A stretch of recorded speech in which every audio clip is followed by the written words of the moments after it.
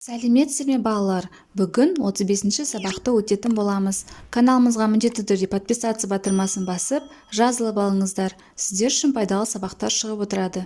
Мәдени мұра дегеніміз не? Сөйлемнің дара және күрделі мүшелері. Берілген сурет арқылы мәтіннің мазмұнын болжай аламын. Мәтіннен күрделі мүшелерді табуды үйренемін. 12-ші жаттығу: суреттерде не бейнеленген? Ол қай қалада орналасқан? Сұрақтарына жауап берген жауабының дұрыстығын дәлелде. Бұл жерде Ахмет Яссауи кесенесі және Тайқазан бейнеленген. Қожа Ахмет Яссауи кесенесі Түркістан қаласында орналасып, 14 ғасырда бой көтерген. Дала сәулеткерлерінің бар өнерін салып, шеберлікпен сомдаған ескерткіші. Кесене Әмір Темірдің басшылығымен салынған. Тайқазан. Қожа Ахмет Яссауи кесенесіне арнап, бұл қазан әйгілі қолбасшы Әмір Темірдің тапсырысымен 1399 жылы 25 маусымда Түркістан қаласының батысында 27 шақырым жерде орналасқан Қарнақ елді мекенінде құйылған. Тайқазан сирек кездесетін жеті асыл металдың мырыш, жез, қола, қорғасын, мыс, күміс, темір қоспасынан құйылған. Қазанның салмағы 2 тонна, сыйымдылығы 3000 литр, биіктігі 1,60 метр, диаметрі 2,42 метрді құрайды. 13-ші жаттығу: мәтінді мұқият тыңда. Қожа Ахмет Яссауидің кесенесі көне сәулет ескерткіштерінің бірі. Ол бүкіл әлемдік мұра тізіміне енген. Кесенені салуға Әмір Темір бұйрық берген. Кесененің қабырғалары биік, үлкен шаршы бөлме. Оның ортасында үлкен тайқазан бар. Тайқазан бірлік пен қонақжайлықтың белгісі. Оның диаметрі 2 метрден асады, салмағы 2 тонна. Мәтіннің алғашқы 3 сөйлемін көшіріп жазып, ондағы сөйлем мүшелерінің қайсысы дара, қайсысы күрделі екенін анықта. Қожа Ахмет Яссауидің кесенесі көне сәулет ескерткіштерінің бірі. Ол бүкіл әлемдік мұра тізіміне енген. Кесенені салуға Әмір Темір бұйрық берген. Дара сөйлем мүшелері: көне, кесене, мұра, сәулет, тізіміне сөздері.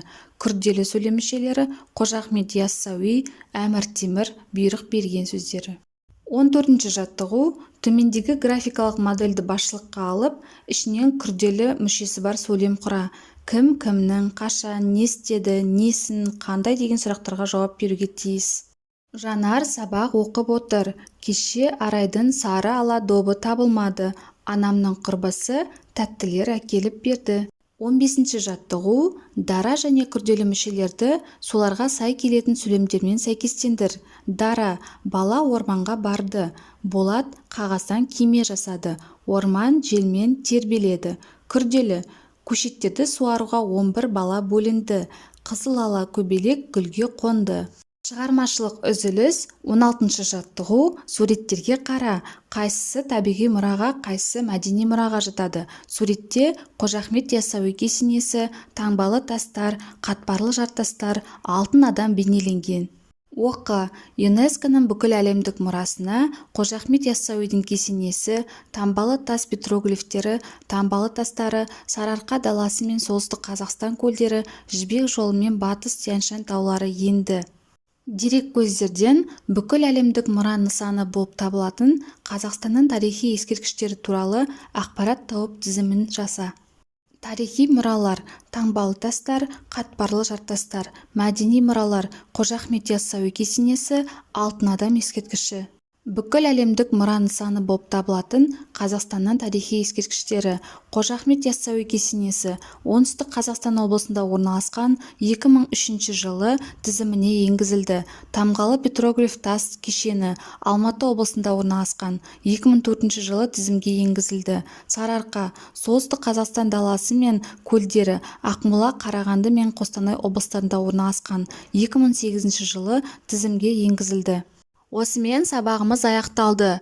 Сабақ пайдалы болған болса, лайк басып, достарыңызбен бөлісуді ұмытпаңыздар.